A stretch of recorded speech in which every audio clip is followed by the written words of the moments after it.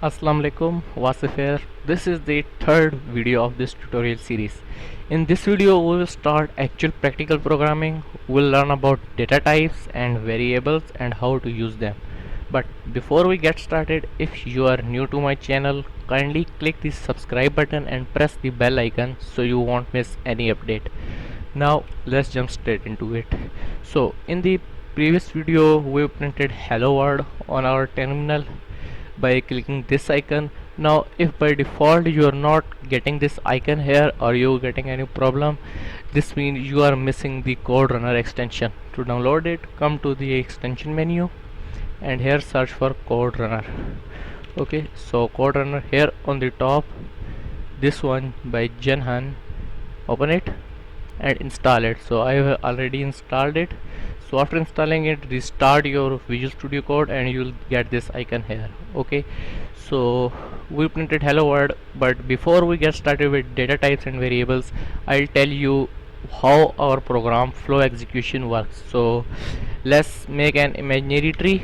So let's print a single asterisk, sorry, and let's just copy this, paste it here, here and here, two of them here, three here and four here.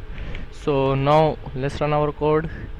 Here you can see the shortcut keys for it, control plus alt plus n. So let's press it.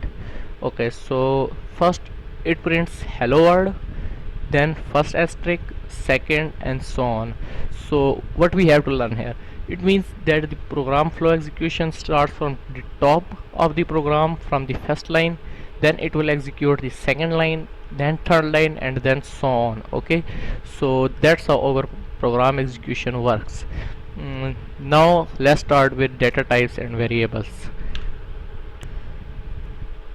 Have a look at this Excel sheet. Here we have data types, their examples and explanation about them. So first data type is string. Its example is Wasif 1 2. A string is a sequence of characters. These can be alphabets, characters or numbers. Okay, you can combine them together and that makes a string. Remember, a string is always between quotation marks. Okay, whether it is single quotation mark or a double quotation mark. Then we have integers and whole numbers. Example is 2 9 12. Integers are whole numbers without a decimal point. Then come floating point numbers or decimal point numbers. In programming language we refer them as floating point number. So example is 2.0. They can also contain an e to show the power of 10, okay, or scientific notation value.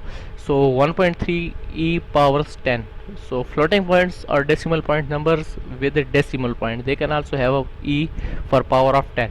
Then comes booleans. Okay, so boolean is a data type which can be either true or false, nothing else. Okay, these are conditional data types. They can be only true or false. So let's take them into our VS Code and show how they work. So suppose we want to save the data of a student. So let's declare a variable for student's name. So variables are named memory location to store data in our program. Okay, so let's give it a variable name student name and set its value to a string. Okay, assume John Doe. Okay, this is the name of student. Now this is a string between quotation marks. Okay, these can be single or double quotation mark, whatever you choose. So then come integers. So let's say student's age is equal to 20. Okay, now let's talk about the floating or decimal point number. So we want to check the GPA of the student. So student GPA is equal to 2.7, okay, or 3.1, whatever you choose. Okay, so it can be 3.12 and so on, any fractional number. And then we want to check if the student is passed or not. So is passed is equal to true. So we set this to true. This is a boolean value. Now boolean values create conditional, is used in conditionals. Okay, so let me just give you an example. So if is passed mean if if this data is true, then we will print student is passed.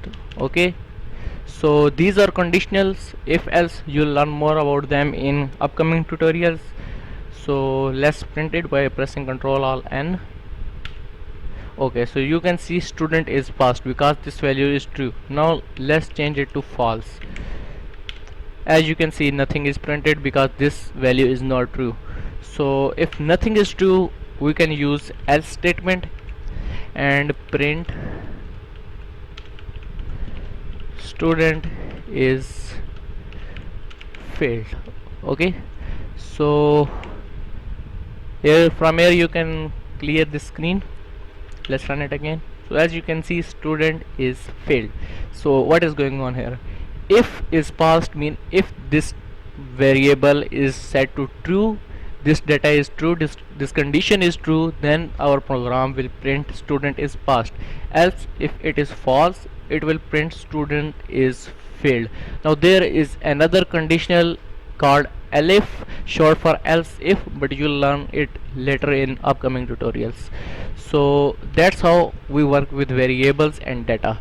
So there are, what we learned is there are 4 types of data: strings, integers, floating point numbers, and boolean values. Okay, so these are 4 data types we have in Python. So let's print student name. Now here you can see I am not putting the quotation marks before and after this variable name because we are not printing a string, we are printing a data stored in a variable. Okay, so let's check it. It will automatically print John Doe because John Doe is stored in this variable name. Okay, this data is stored in this variable name. Now let's print age, student GPA, and the boolean if he is passed or not is passed. Okay, so let's clear it again, run it. Okay, as you can see, John Doe 23.1 and false. So this is how we work with data and how we store them in variables. So in the upcoming videos we'll learn more about arrays, lists, tuples, and dictionaries.